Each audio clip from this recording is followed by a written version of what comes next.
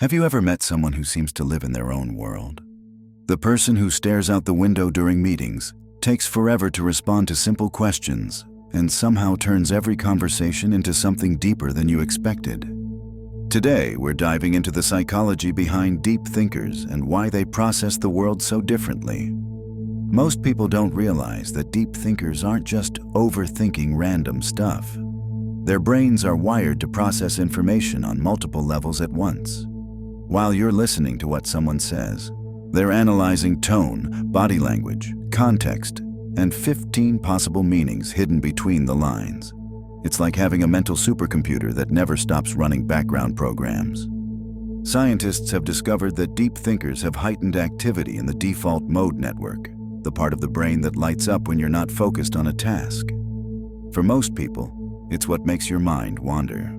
For deep thinkers, this network is constantly active, making connections, spotting patterns, and searching for meaning in everything. When most people see a sunset, they notice its beauty and move on. A deep thinker sees the same sunset and their mind starts racing. The science behind the colors, the metaphor of endings and new beginnings, memories of other sunsets, and how it all connects to something bigger. They don't choose to think this deeply.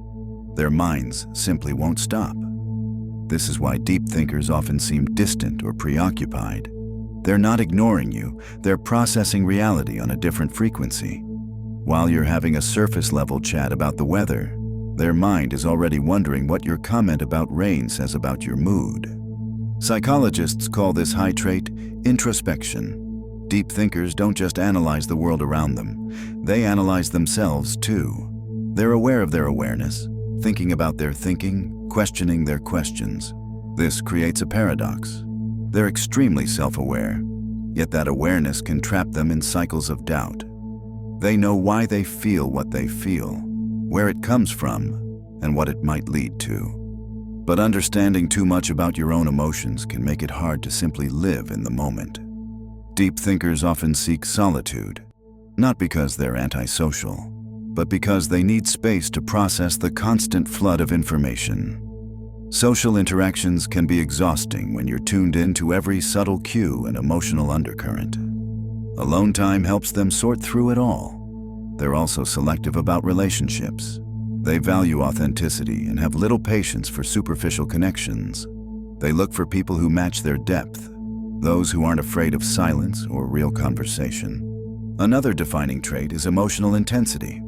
Deep thinkers don't just feel happy or sad, they experience emotion in high definition.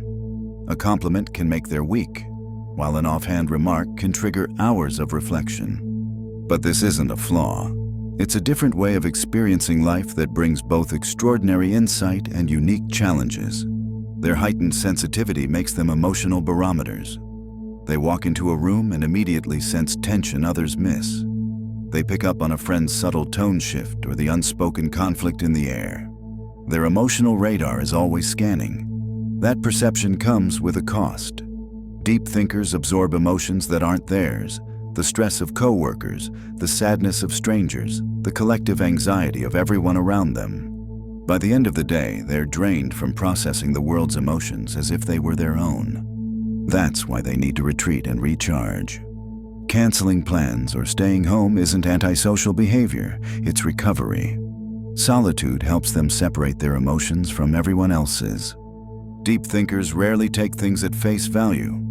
When they hear a story, their minds automatically dig deeper.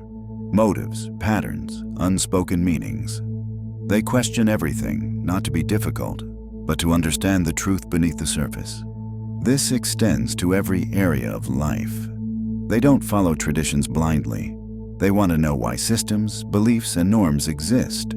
This can make them seem rebellious, but it's really curiosity, a refusal to live on autopilot. The downside is decision fatigue. While most people choose lunch in seconds, a deep thinker might weigh the ethics, nutrition, cost, and meaning behind each option. Seeing every consequence makes even small decisions feel heavy. But when they channel that depth, deep thinkers become remarkable problem solvers. They see patterns others miss, craft original solutions, and connect ideas across disciplines. Their layered thinking makes them natural innovators.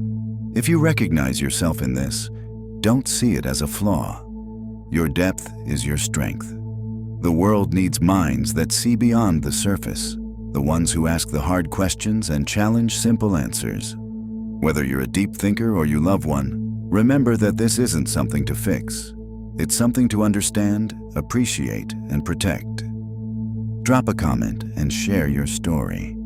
And if this resonated with you, hit like and subscribe because we dive deep into psychology that actually explains how your mind works. See you next time.